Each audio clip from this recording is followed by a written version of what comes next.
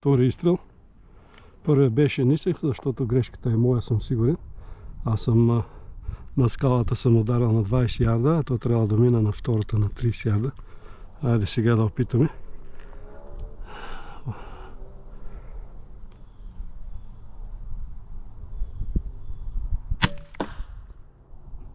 Айде да отидем да видим. Този път мисля, че е добре.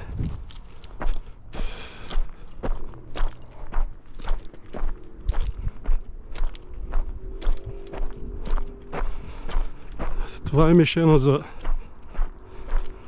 лък, не е за арбалет. Е много силен и преминава през него. Какво може да искаме повече от това? Ето, вижда се. Къде съм ударил? Зад дъската е спряла стрелата. Ето къде е, колеги. Се вижда точно в центъра. Айде на слука и до нови срещи. Аз да извада стрелата. Чао, чао. Айде на слука.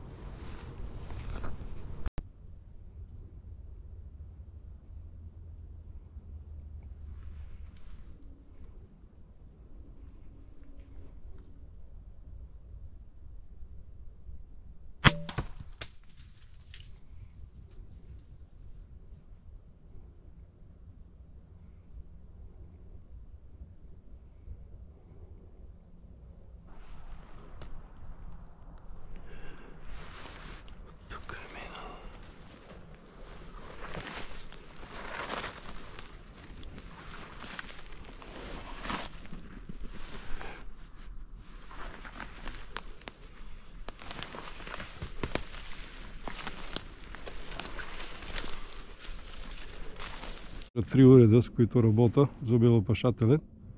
Сега е любовния период и те реагират много бързо и остро. Трябва много да се внимава. Това е единия, който ползвам. Аз имам много де. И звучи така.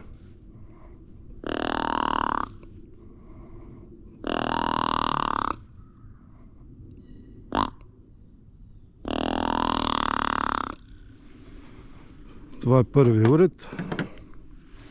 Това е втори уред. Той емитира рога. При тях ми е излизал много бързо. При 2-3 удара веднага ми скочи. Трябва да си готов, защото с арбалет и с лък не е много лесно. С карабина е лесно, но така не е. Трябва винаги да си готов. Ето ги.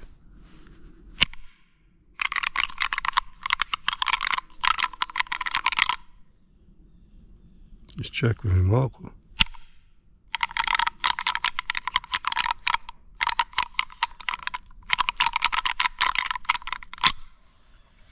Така. Имам и рога истински, но ползвам то, защото са по-компактно и по-удобно. И това е третия, който имитира доя женската. Ето как става работата. Изчакваме малко.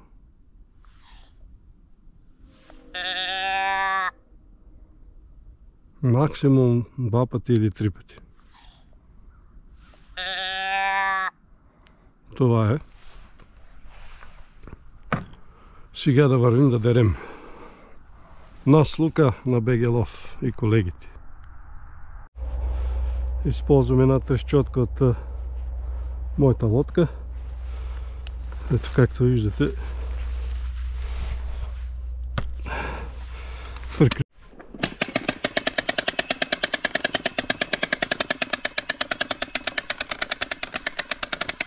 Ползвам една трещотка от моята лодка.